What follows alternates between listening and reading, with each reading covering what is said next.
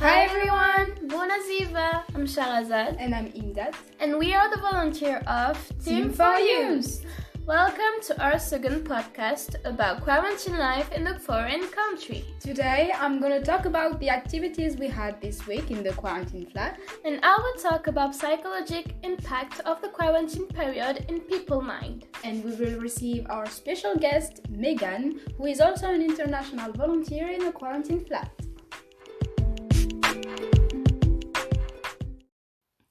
Welcome to our new listeners and olders. If you want to learn about experiences of international volunteers spending the first weeks in a quarantine flat, then you're in the right place. Also an atypical way to discover a new land, and in our case, the great country of Romania. Some of you might probably have guessed that it was the second and so the last week of the quarantine period spending in this flat. Yeah, we were able to see the sun again. But even if this sounds like an announcement of the end of this series, we were able to build and share a lot of common and fun memories in this flat. And don't worry, future projects are planned and will be released in the Facebook of Team for Use. Speaking of memories, what will come to your mind, Charazad, mentioning the word quarantine flat? A new beginning.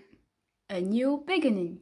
Yes, actually the quarantine period in France helped me to think about my life and what I wanted to do, so that's why I'm here speaking to you today.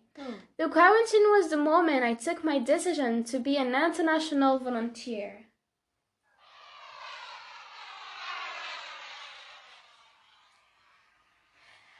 Anyway, what about you, Himdat?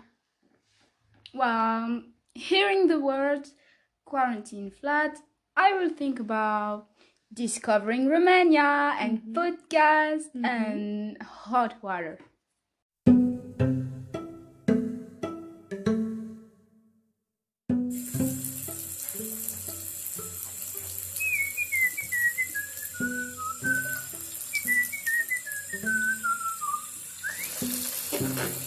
It's too cold.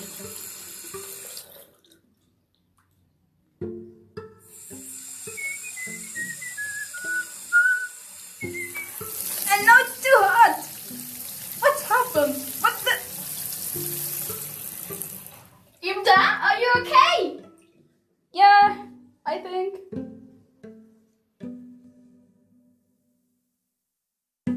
Yes, the water pressure is very different here.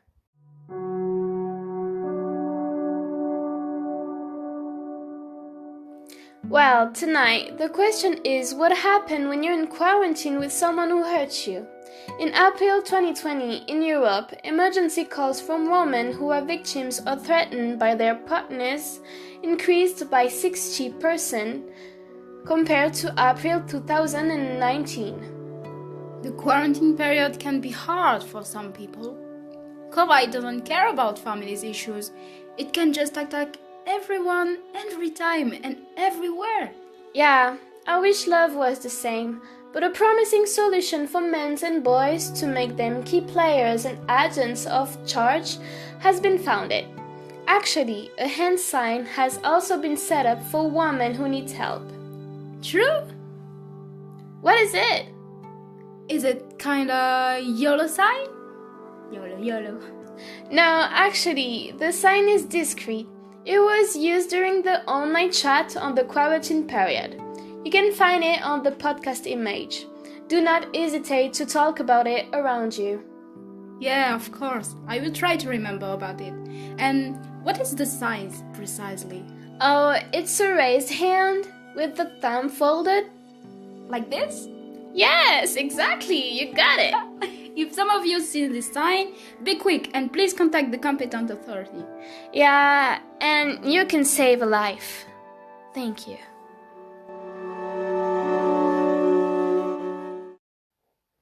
I also remember the first day we came here. Our surprise when we discovered this beautiful flat. The fact is, except the flat, we don't really know what is around.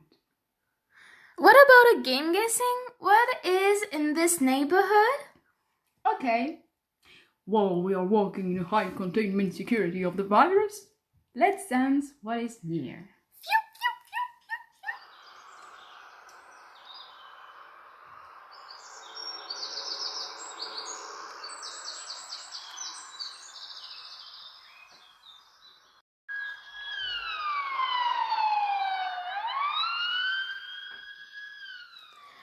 Okay, Google. How do you say pompier in Romania? Oh, pompiere? So maybe there's a firehouse nearby. And now, what can we hear, Shara?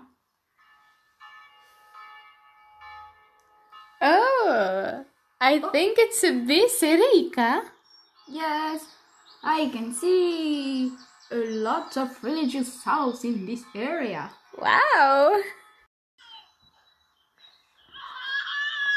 Oh, a little bubulous. And a lot of happy families too. This one is really easy.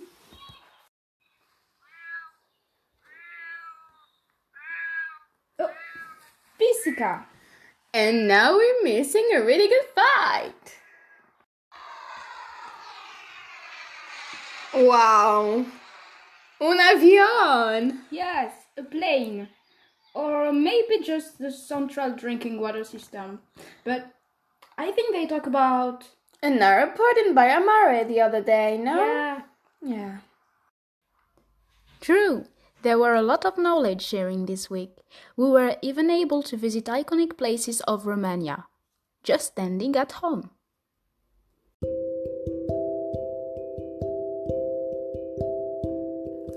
The question is, how is it even possible to visit a country without going out? Magic? Nope. We were able to learn more about local habits through an online presentation of the country by Remus. And what was your favorite place? The Parliament Palace, the Cathedral at Dormirea, and I really enjoyed the castles, especially the castle of Dracula, also known as the Brown Castle. The history behind this atypical figure is just amazing. But you remember, Dracula doesn't exist, don't you? Yeah, of course. But his history is just incredible. I mean, a count who was so mean that people start to create a whole fantastic story about creature of the night with bad blood and sign. You really like those kinds of history, don't you? In fact, they are super interesting. And you, what would you like to visit here? The White House. But we are in Romania and not in Trump country, at least Dracula's wife. No! There is a White House in Romania. Nowadays, it's a museum which belonged first to a rich man. Wow, this seems to be so interesting. Now I wish I could visit it. I've heard about a lot of nature area here. How about a rumble at the end of the quarantine period, Shara? Of course! We will certainly come across different animals. We learned that it's usual to see cows or horses in rural area. Yeah, that would be so great. Now, let's bring our special guest.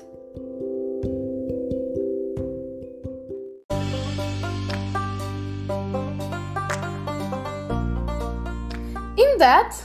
Yes. Did you know that Guillaume Musso, a French writer, was the most widely read during the quarantine period in France? No way. But it's true that his history are really good, especially when you discover the surprises at the end of the books. Yeah, I advise our audience his books. And that was our promotion minute. Talking about literature, we are welcoming our new friend and guest, Megan, who is also a French volunteer experiencing the quarantine period. So Megan, please, can you introduce yourself?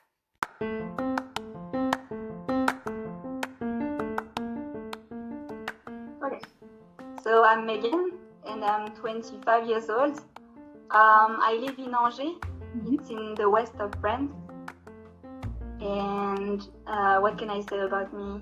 I'm in Romania for 2 months for voluntary work, just to figure out what I want to do later in life. Oh, that's cool. Nice.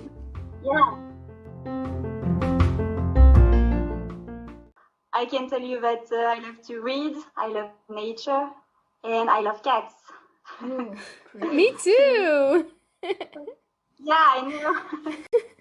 Okay. What is your first impression about being in a quarantine flat? Well, I can tell you that the first night it was the most difficult. I was alone. Now I'm not. I'm with somebody else. But yeah, the first week I missed my family and my friends, and it was a bit lonely. And now I'm still trying to say that. who is your new roommate? Oh, it's Antoine. So he came. When did he come? 2 days ago. Yes. So yeah, he's 21, and he came 2 days ago, and and he's trying to improve his English just like me. So it's going to be a challenge, but we're ready. That's great. Yeah, that's great. Now you're not alone, so it's gonna be fun, yeah. Yeah. Yeah, this is great. I can talk to another human being, finally.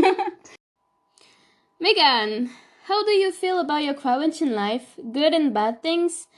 The advantage and disadvantage? Well, I can tell you that the disadvantage are the loneliness. Even though now I'm not alone anymore, but still I'm away from everybody. And I know it depends on people, but I took it. It's difficult for me. Yeah, but, that's hard at the beginning. The good thing is I have time to work on some projects by myself. And I'm also very proud that I traveled alone for the first time, because that was a challenge for me. Great. I've never done that before, so yeah, I'm happy I've done this at least. We're happy for you. Well, next question. What is your favorite sentence learned in Romania? Okay, so I don't have a good enough level now, but there's some words that I like. So Antoine and I like the word mulțumesc. Mulțumesc. Which means thank you. Yeah. And I like some words like poftim. Poftim? It kind of looks like an insult in French, so it's weird. Oh. Yeah, and I like the word also. I think it's breakfast. I think they say mic déjeuner, and I don't know, I like this word. But I don't know, I can't really answer this now. It's a bit early. Mit déjeuner. I didn't know this one. What does it mean? Mit déjeuner. Breakfast. Oh, okay. Did you have a good mit déjeuner this morning? I love food, so anything related to food is fine with me. Oh, me too. What kind of activities you do during your quarantine period? So I've prepared some things. I'm going to be teaching French to Romanians.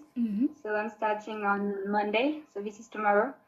And I will meet them, and I can't wait.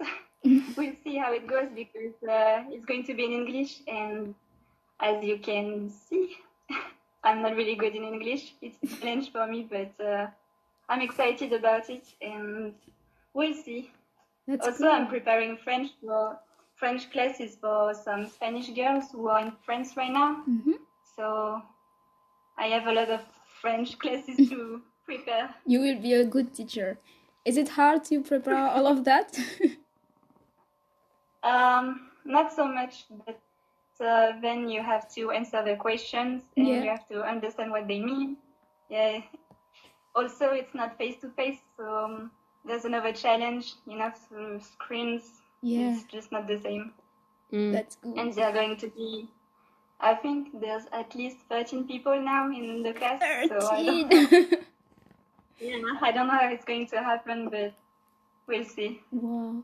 But you have already experienced level courses with the other kids? Or I already worked with kids for a year in France, but it was in French. And it was different because I was not alone in front of a class. I was just assisting. Yeah. And it was a service civic, so it was different.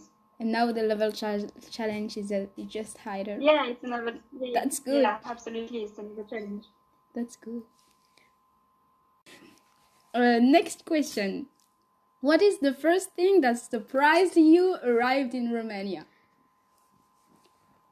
The first thing that surprised me, I think, is the fact that the airport was very small. Was at Cluj-Napoca.